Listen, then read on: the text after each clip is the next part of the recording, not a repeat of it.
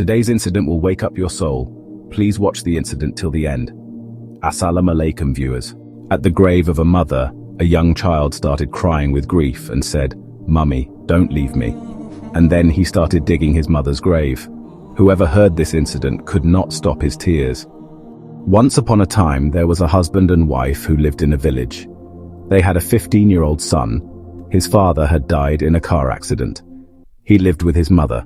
Due to his father's grief, his mother was also not feeling well. She was also confined to the cot.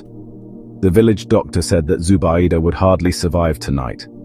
The disease had progressed so much that it was very difficult to survive, even if there was no relief in the village. Due to this, today again, a mother was going to be separated from her son, and this was not a common thing. The old children and youth of this village looked pale due to lack of treatment facilities. Zubaida was 25 years old but was suffering from illness. By the time she reached the age of 50, her husband met with an accident just after 1 year of marriage. After the death of her husband, Zubaida had brought up her son with such tender love that her son was not ready to accept the fact that his mother was going to be separated from him. This fact could not be understood in his little mind in any way. He couldn't believe that his merciful mother, who gave birth to him and supported him in all his sorrows and joys, was with him all the time, would leave him and go to some other world. Because that little child needed his mother very much right now. But not only now, he always needed his mother's support. Zubaida was tired of explaining to her son, but he was not ready to accept anything. At that time she explained to her son in such a weak voice. She was saying that, "Look, son, whoever has come into this world has to go. I do not want to leave you, but no human being's will can be compared to the will of this pure caste. If today I am going, then tomorrow you will also go to this world. We will have to leave this world. This world will end, and the world will turn into dust. Son, now you have grown now. Learn to live without me now. You will have to bear the sorrow of this world alone." Zubaida said, "Son, my head is bursting with pain." Zubaida suddenly held her head with both her hands. Son said, "Amma, I will press your head," and with his strong hands he started pressing mother's head. Zubaida said, "Keep living, son. May Allah protect you from sorrow and troubles." Son said, "Mother, you will always be with me. You have been with me for 15 to 16 years, and now how can you leave me? How will I live without you? You will have to stay with me. And if you can't stay with me, then take me with you. What will I do by staying here without you?" Son said while caressing his mother's head. Zubaida said, "My child, why don't you understand that life and death are inevitable? No one except God can stop the one who is born and the one who dies. If you want to see me alive, then pray for me to the Almighty Allah." His son immediately got up and went outside. He offered namaz all night and spent the morning praying for his mother's life and health. When the sun full of life had set, Nasir's life was lost in darkness. God's decisions are permanent. Even if someone has to leave the world, even namaz or dua cannot save him from that time. But if the Ghafur ur Rahim Malik wants, he can give a span of thousands of years to any common man's life. But these things were not going to come to Nasir's innocent mind. Today, a common man of that village, Ghafur uncle, and other people of the village wanted to know about the health condition of Zubaida. When they went to their home, Nasir was sitting next to his mother and pressing her head. At the time of the night Zubaida had left this world, she had passed away. Ghafur uncle asked, "Son, how is your mother's health now?" Son said, "Uncle, my mother's head has been hurting all night. Now it's better. Amma's eyes have just closed. Tell me quietly, otherwise my mother would woke up." Ghafur uncle said to the rest of the people that, "I think the matter is kind of messy. One of you should run away and call Hakim." A young man from the village went to call the Hakim. After a while, Hakim came and identified Zubaida's death. Hakim declared that Zubaida is no more in this world, but Nasir was not able to believe that his mother had passed away.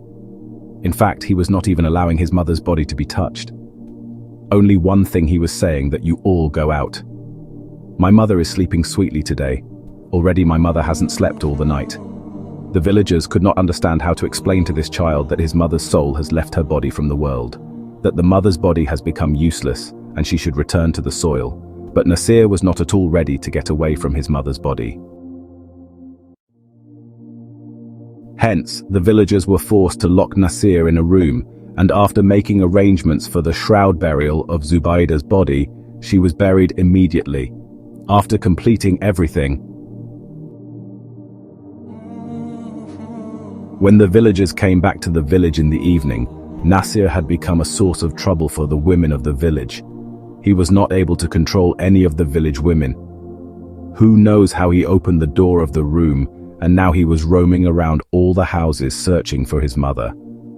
Now the matter seemed to be going out of control. Uncle Ghaffur took him with him and went towards the graveyard. On reaching near Zubaida's grave, he addressed Nasir and said, "This is the last resting place of your mother. Apart from reciting Fatiha, you should pray for forgiveness for your mother." Uncle Ghaffur held Nasir by the shoulders and made him sit near the grave. Nasir started crying and recited Surah Fatiha. The village was immersed in the date of darkness. This must be the time of 11 o'clock. Sky had been raised above the dog's head. Not caring about the darkness, such a shadow was moving towards its destination with heavy steps. It seemed as if he was carrying a burden on his shoulders, and it was Nasir who was carrying a burden on his shoulders. He was ready to reach on the way home today. It had been 2 or 3 days since his mother died. Only he knew how the child spent these 2 days, but he was helpless. 3 or 4 women of the village didn't make him feel lonely, so they started sleeping with Nasir. But Nasir threw them out of his house due to having quarrels and fights. Those women left him to his fate and went to their homes, saying good and bad things. However, after reaching the front of the house, Nasir opened the door and entered the house. After reaching the room, he lit the lantern and dropped the burden he was carrying on his shoulders on the ground. But the body wrapped in a shroud appeared to be that of a woman. He took off the shroud.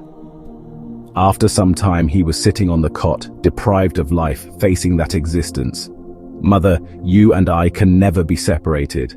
This house rushes to bite me without you. You will stay here with me.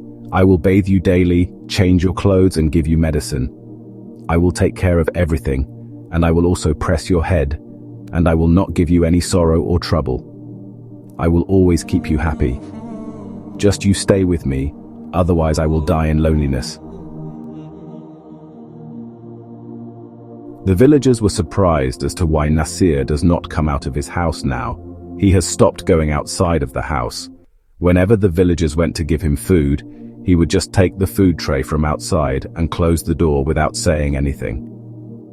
People did not know that he was engaged in the service of his dead mother day and night, but he was not able to understand that, despite taking so much care, why his mother's body had started rotting.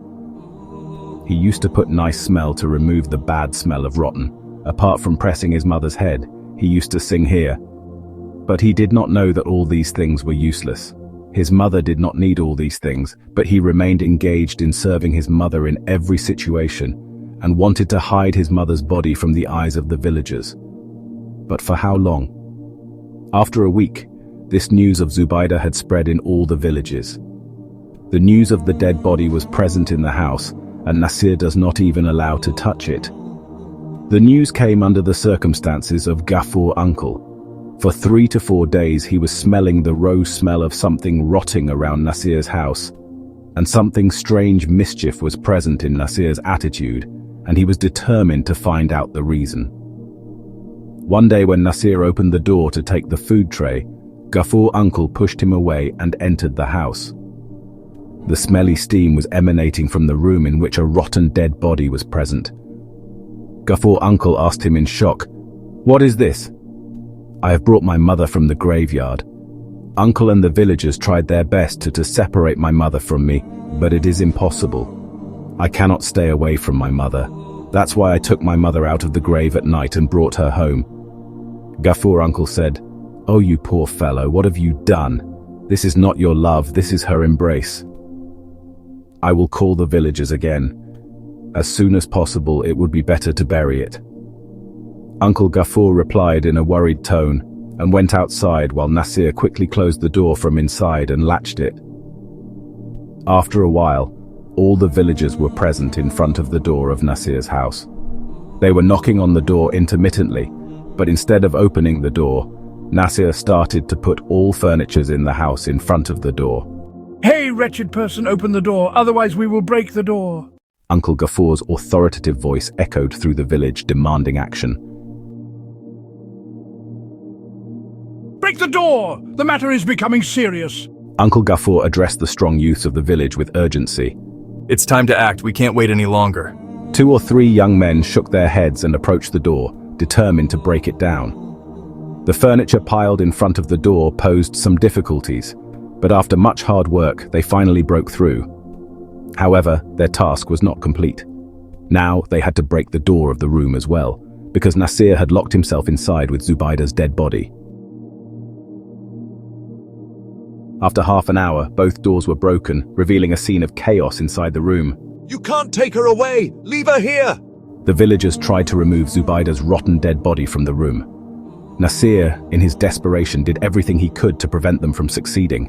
But the villagers, being greater in number, managed to take Zubayda's body out of the room, leaving Nasir lying helplessly on the floor, muttering to himself. Suddenly, strength surged through Nasir's body. He stood up and ran outside. "No! You can't take her from me!" The villagers had already reached the street with Zubayda's dead body. Women and children watched the heart-wrenching scene from their doors and windows. Nasir, in a desperate bid, turned to the cook's area, grabbed a large onion-cutting knife, and walked out of the house. The villagers continued towards the graveyard, carrying Zubayda's body. Why are you bent on ruining your hereafter in the world? Go back to your home, otherwise come with us to the graveyard and help us bury your mother.